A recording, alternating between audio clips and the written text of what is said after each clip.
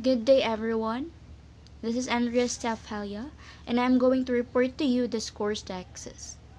Discourse Deixis or text deixis concern with the use of expressions within some utterance, which point to prior or succeeding parts of the discourse. Words and phrases that indicate the relationship between an utterance and prior discourse, according to Levinson, 1983. Discourse deixis can also be defined as some kind of commentary on the text or conversation by the speaker. In lexicals like the initial usage of but, therefore, in conclusion, actually, all in all, etc., should help to structure the discourse and to arrange the current utterance in a chronological order.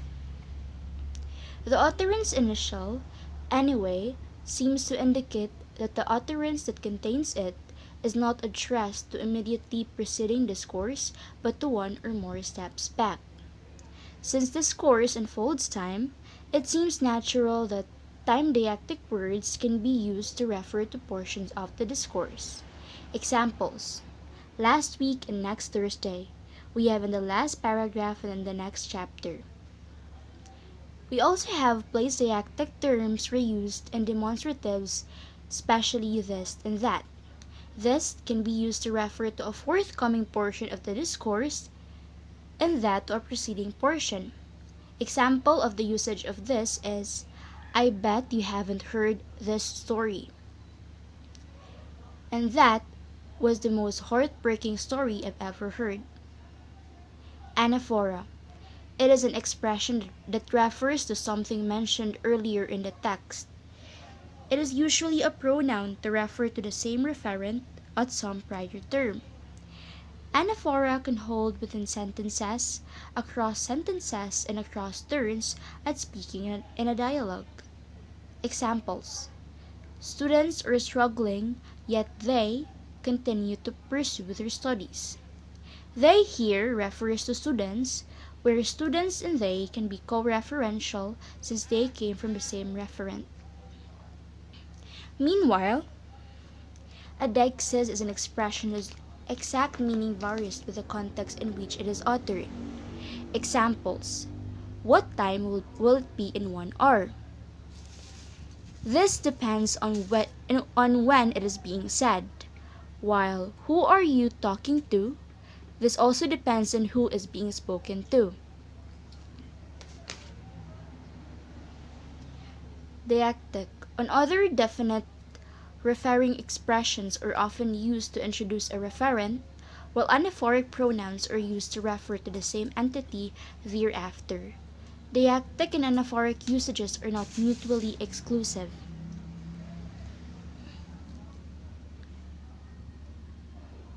Deictic or other definite referring expressions are often used to introduce a referent, while anaphoric pronouns are used to refer to the same entity thereafter.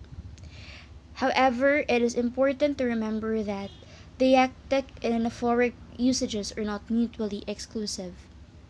Nevertheless, in principle, the distinction is clear where pronoun, it refers to a linguistic expression or chunk of discourse itself.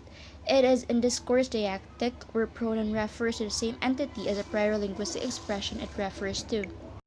Levinson, 1983, indicated that token reflexive deixis is discourse deixis in which deictic expression refers to the expression or speech act in which it occurs. The property of token reflexivity in the following usage of this is just a special case of intrasentential discourse deixis, which relates to constituents within a sentence or co-occurrence. Examples: this answer is incorrect. This is what my mother wants. As mentioned by Lyons, 1977, a number of significant problems for the distinction between anaphora and discourse deixis have been thrown up by the very considerable body of work on pronominalization. Pronominalization is a process of using a pronoun instead of another sentence constituent, such as noun or noun phrase. Pronouns of laziness in English grammar, a pronoun of which laziness is a pronoun that does not refer explicitly or precisely to an antecedent. It is also known as lazy pronoun, an anaphoric substitute in a paycheck pronoun. Example: the man who gave his paycheck to his wife was wiser than the man who gave it to his mistress. It here is not a co-referential with his paycheck. It refers to what repetition in that noun phrase would have referred to. If it had occurred in place of it, one could perhaps say that the pronoun here refers successfully via discourse deictic reference to a prior NP. That's a fact. That does not seem to be anaphoric, nor does it quite seems to be discourse deictic. So, this fall to the category under impure textual dexes, which are usages that seem to fall in between the anaphora and deictic discourse. Lyons 1977 points out that if one thinks of an anaphora as reference to entities already established in the domain of discourse, then the ways in which they are referred to in anaphoric reference commonly make use of the order in which they were introduced by discourse itself. For example, the Turkish translation where the proximal demonstrative anaphorically refers to the first referent is introduced and the distal demonstrative to the second. Examples: John and Mary came into the room. He was laughing, but she was crying. John and Mary came into the room. This was laughing, but that was crying. In that case, there is a good argument for considering that anaphora ultimately rests in deictic notions. To return to straightforward issues in discourse dexis, there are many words and phrases in English and no doubt most languages that indicates the relationship between an utterance and a prior discourse. Examples are utterances initial usages of but, therefore, in conclusion, to the contrary, still, however, anyway, well, besides, actually, all in all, so, after all, and so on. It is generally conceded that such words have at least a component of meaning that persists through conditional treatment. What they seem to do is indicate, often in very complex ways, just how the utterance that contains them is a response to a continuation of some portion of the prior discourse. Some languages also have morphemes that mark such clearly discourse notions as main storyline. For example, in the American language Cubeo, the main protagonists and their actions in a story are tagged by a particle in such a systematic way that is concise and is obtained if just those sentences containing the particle are extracted. In Japanese and Tagalog have topic markers distinct from case markers. Example: thus, the Japanese sentence "Ano honwa" or John ga kata, that book topic John subject bought means roughly as for that book John bought it, where was marks the topic, ga the grammatical subject. That is not clearly that the notion of subject has the same purchase as it does in the analysis.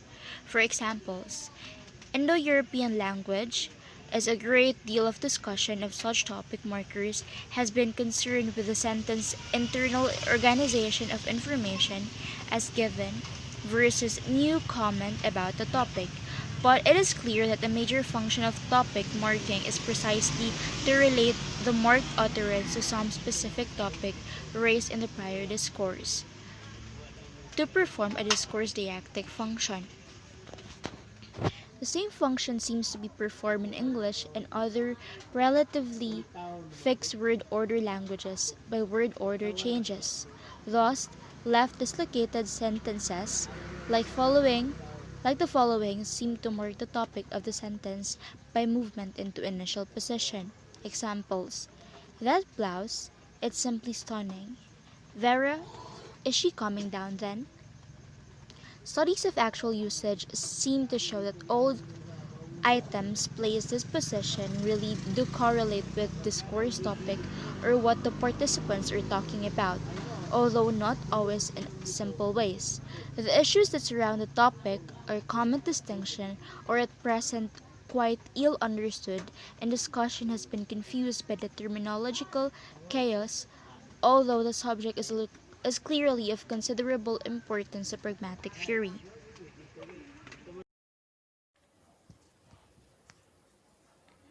I am Ron G. Lion.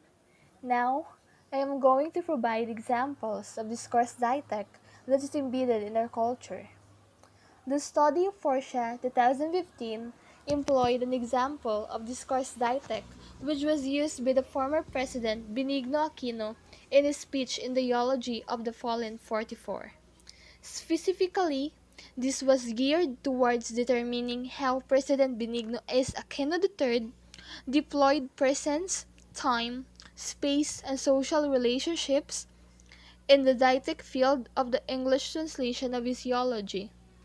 Hence, identify what meaning and effect are shaped and conveyed by the president's use of didactic expression in the speech to condole the bereaved families of the fallen 44. The study made use of stylistic analysis, which was utilized to determine the condoling meaning of each didactic expression used by the former president. Guided by Fillmore, 1997, and Al-Azawi, 2011, categories of didactic expressions were delineated to specific functions they all convey. The results revealed that with the guide of the framework anchored on Hank's 2005 notion of didactic field, the paper found that Penoy extensively and strategically made use of referring expressions in order to set up the didactic field in a way that he could serve his purpose of delivering the ideology. Penoy's extensive and strategic use of personal, temporal, and spatial and social didactic expressions very effectively sets up the didactic field. His translated speech is an example of political discourse.